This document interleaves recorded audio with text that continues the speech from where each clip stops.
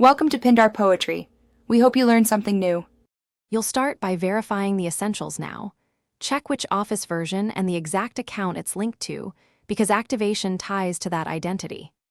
Next, sign into the Microsoft account used for purchase, then make sure date, time, and Windows updates are correct so certificate validation succeeds. Once done, open an Office app as administrator and attempt a manual sign-in. This forces the client to request a new license, token from Microsoft servers immediately. Now proceed with repairs and a license refresh.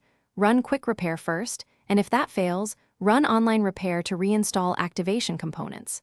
Then open an elevated command prompt, navigate to Office's system folder, and run cscriptosp.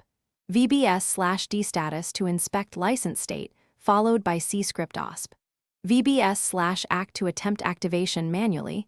This rebinds product keys to the activation service.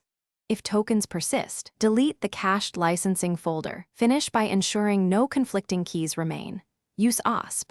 VBS to unpublish old keys, then re-enter the correct product key or sign in to your account. Make sure VPNs and proxies are disabled during activation, since network routing can block license servers. Test activation on a direct internet connection if possible.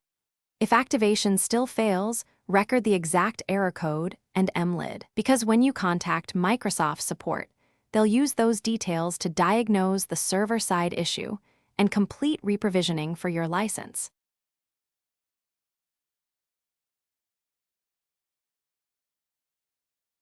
Thanks for watching. Consider subscribing if we helped you.